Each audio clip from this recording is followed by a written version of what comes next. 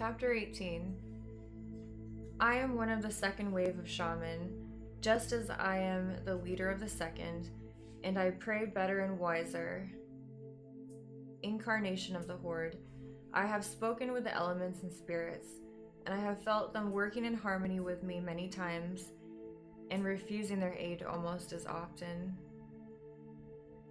But I have never seen the spirits of the ancestors, not even in my dreams. My soul yearns for such a connection.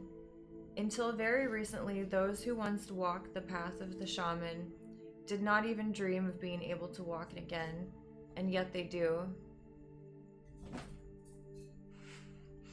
Perhaps one day the barriers between us and the beloved dead too will be lifted. Perhaps. But I wonder if they truly know how far we wandered from their loving teachings. I'm sorry, I can't stop laughing. She's trying so hard to get out.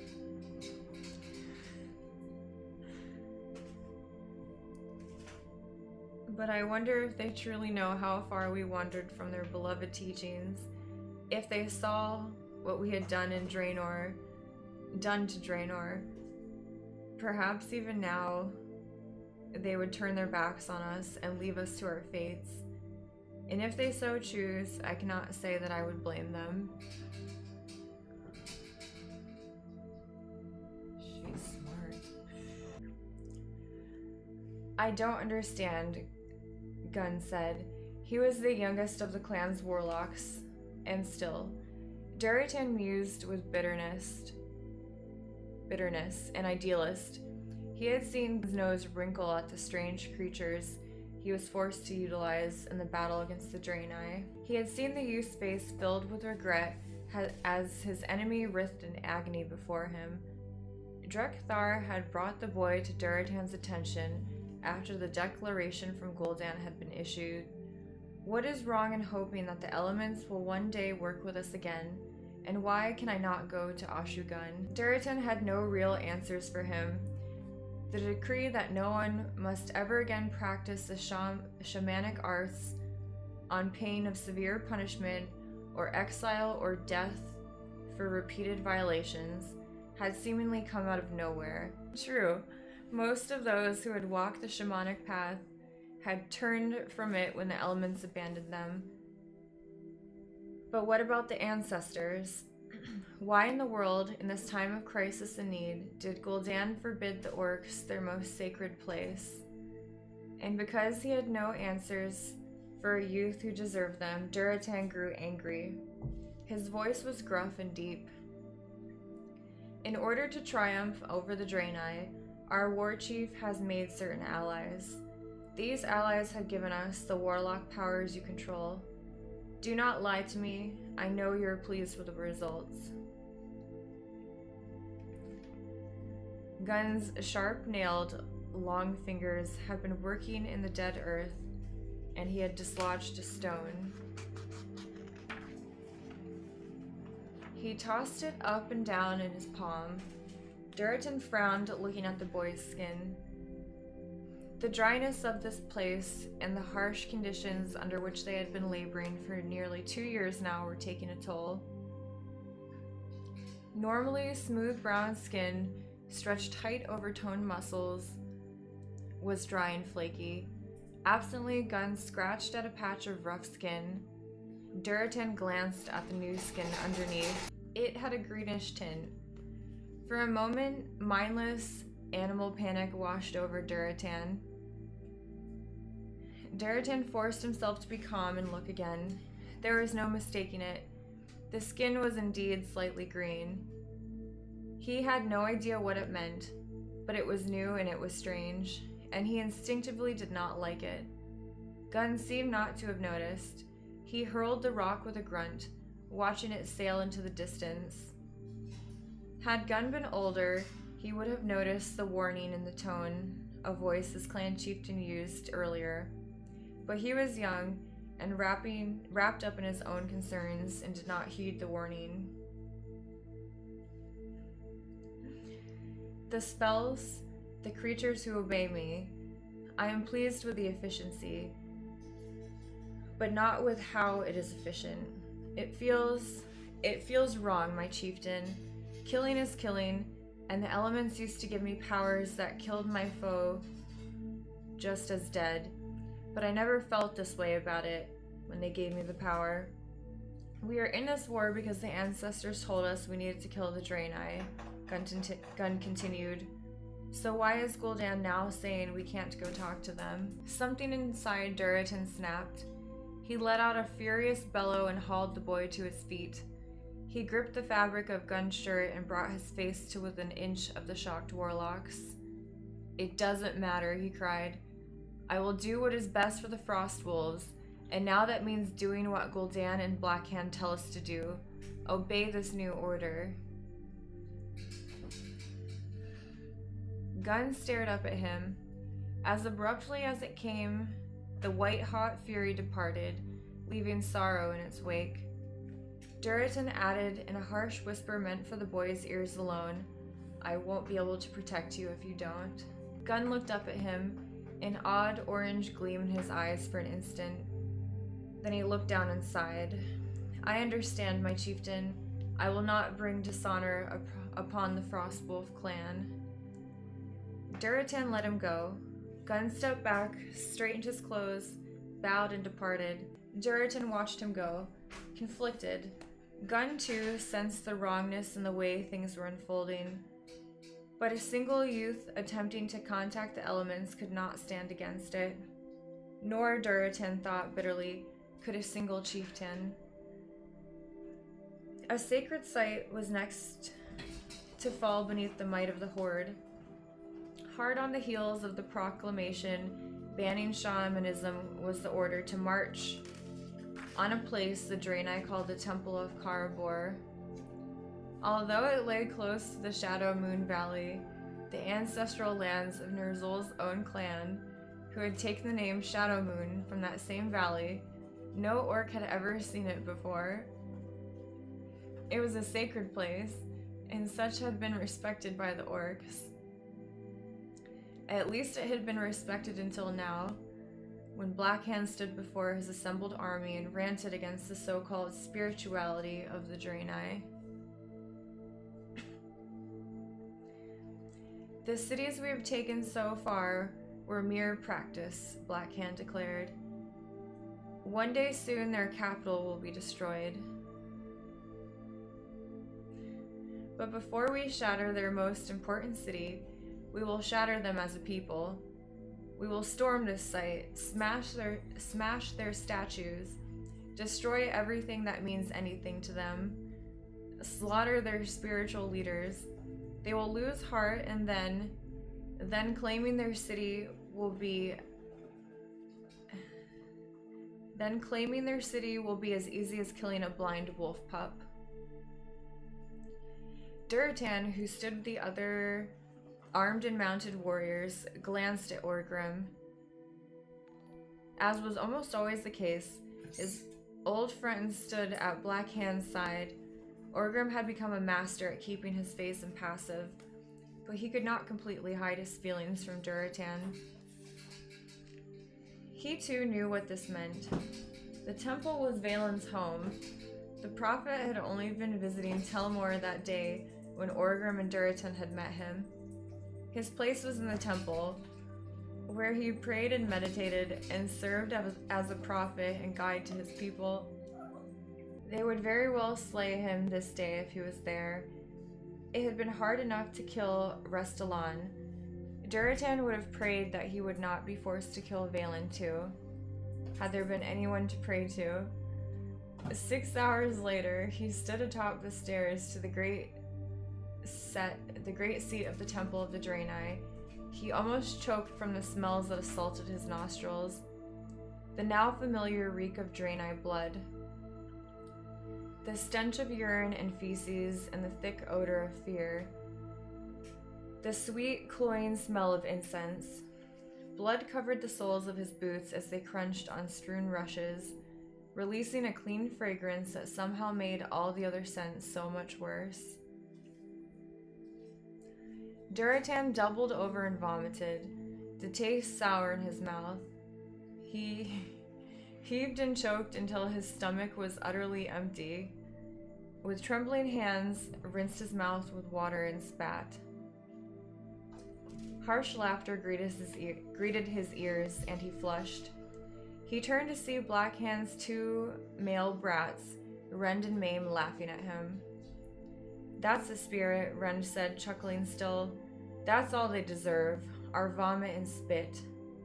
"Yeah," said Mame, unoriginally, "our vomit and spit." Mame kicked the corpse of a nearby priest clad in pale purple vestments and spat on it. Everywhere he looked, he saw orcs doing the same thing to corpses, defiling them, looting them, putting on their bloody, rent robes, and parading about mockingly.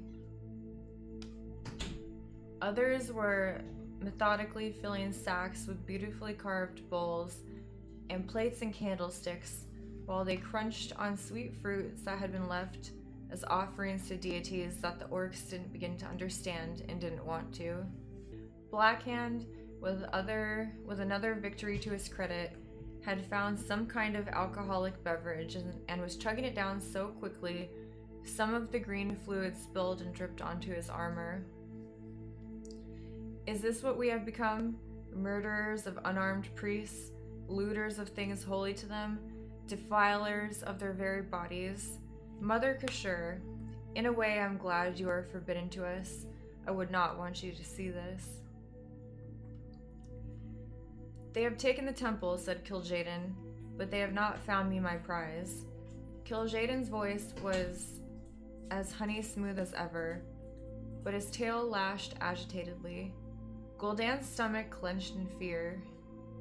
"Valen the traitor must have known somehow," Gul'dan said. "He is called Prophet, after all." Kil'jaeden's massive head whipped around, and Gul'dan had to force himself not to quail. Then Kil'jaeden nodded slowly. "You are right," he said.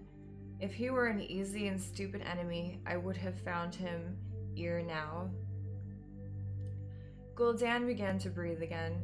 Part of him burned to ask what Valen had done to one who was, he was certain, his own kind in order to earn himself such single-minded hatred. But Gul'dan was wise enough to keep this silent. He could live with his curiosity unsatisfied on this particular issue. "With their temple taken for our own purposes, Great One, surely those that remain will all have fled to the city. They will be there, thinking themselves safe, but they will be trapped instead." Kil'jaeden steepled his scarlet fingers and smiled. "Yes," he said, "yes. The temple shall be yours. Blackhand is quite comfortably ensconced in the citadel, but before you order your little puppets to attack the Draenei stronghold, I have a little gift for them." Ner'zhul waited until Gul'dan was finished. He watched beneath half-closed lids as Gul'dan wrote letter after letter, getting ink stains on his stubby fingers, using those same stubby fingers to pop a piece of fruit or chunk of meat into his mouth. These were important letters, then. Normally Gul'dan would have one of the unctuous scribes send out missives. The temple had been purged, was the word Gul'dan had used. The priests that lingered to bravely and foolishly stand against the wave of orcs had been killed with ruthless speed and efficiency. Ner'zhul heard that their bodies had been violated and found that part of him still held onto enough compassion that the thought sickened him. Those violated bodies were long gone, as were their sacred items. Much of the temple had been closed off. The council and its servants did not require that much room. Some furnishings had been taken and used for the council's needs. Others had been torn down or removed, replaced with the dark, ominously spiky decorations that were rapidly becoming inextricably associated with the Horde. The entire structure had been renamed the Black Temple, and instead of priests and prophets, It now played host to liars and traitors. And Ner'zhul mused bitterly. He was certainly among that number. At last, Gul'dan was finished. He dusted the ink with powder to prevent smears and sat back. He looked up at his former master with thinly veiled disgust. Address them and take them to the couriers. See that you do it quickly.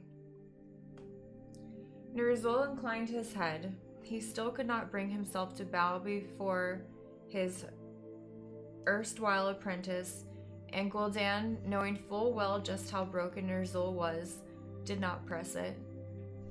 He sat down in the chair Gul'dan vacated. In the moment Gul'dan's heavy stride could no longer be heard, he immediately began to read. Gul'dan expected him to read the letters, of course, and indeed there was nothing contained in them that Ner'zhul did not know. He was privy to all meetings of the Shadow Council, though he was forced to sit on the cold stone floor of the Black Temple, and not at the huge stone temple with those who had the real power. He was not certain just why he was allowed, only that for some reason Kil'jaeden wanted him there. Otherwise, he was certain Gul'dan would have dispatched him ere now. His eyes flew over the words, and he was sickened by them. He felt utterly impotent, like a fly trapped in the sticky sap that flowed down the barks of Olemba trees. Or that used to. From what he had heard, the trees that provided the sweet nectar had either been cut down, their wood used for weapons, or were dying. Ner'zhul shook off the imagery and began to roll up the missives, his eyes falling on the unused pieces of parchment and still-filled inkwell and pen. The thought was so audacious, his heart stopped for an instant. Quickly he looked around. He was completely alone, and there was no reason to expect Gul'dan back. Gul'dan, Kil'jaeden, the council, they thought him broken, as harmless as an ancient, toothless wolf that wormed its old bones by the fire until at last it slipped into the sleep of death. And they were mostly right. Mostly. Ner'zhul had reconciled himself to the fact that he had had his power taken away from him. His power, but not his will. If that too had been taken from him, he would have been unable to resist Kil'jaeden at all. Ner'zhul could not act directly, but he might be able to contact someone who could. His fingers trembled as he took another piece of parchment. He was forced to pause for a long moment to calm himself before he could write anything legible. Finally, he scribbled a brief message, blotted the ink, and rolled it up. The wolf was toothless, but the wolf had not forgotten what it was like to fight. New scene. More orders to march. Durotan was growing heartily sick of it. There was no respite anymore, just battle.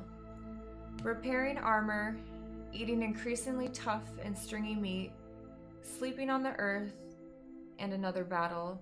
Gone were the times of drumming and feasting and laughing and ritual. The perfect triangle of the mountain of spirits on the horizon had been replaced by the dark, forbidding image of a spire that occasionally emitted black smoke. Some said a creature slept deep inside the mountain, and that one day it would awaken. Durotan did not know what to believe anymore. When the courier rode up, Durotan took the missive and began to read it with dull eyes. Those eyes widened as he read, and by the time he had finished it, he was sweating and trembling. He looked up, wondering madly if someone had been able to glean the contents of the letter just by watching him read it. Orcs strode past him, dust clinging to their rough, flaky skins and battered armor. No one gave him so much as a disinterested glance. He hurried to Draka, the one person in the world he dare share this information with. Her eyes widened as she read. "Who else knows of this?" This, she said quietly, fighting to keep her face impassive. Only you, he said equally softly. Did you tell Orgrim? Duratan shook his head. Pain laced his heart. I dare not. He is oath-bound to tell Blackhand. Do you think Blackhand knows about this? Duratan shrugged. I have no idea who knows what. I only know that I must protect my people, and I will do so. Draka looked at him long and hard. If we as an entire clan do not do this thing, we will attract attention. You risk punishment, maybe even exile or death. Duratan stabbed a finger at the letter. Any one of those things is better than what will happen if we obey. No, I have been sworn to protect my clan. I will not give them over to... He realized belatedly that his voice had risen and some heads were starting to turn. I will not give them over to this. Draka's eyes filled with quick tears and she gripped his arm hard. Her nails dug into his flesh. That, she said fiercely, is why I became your mate. I am proud of you.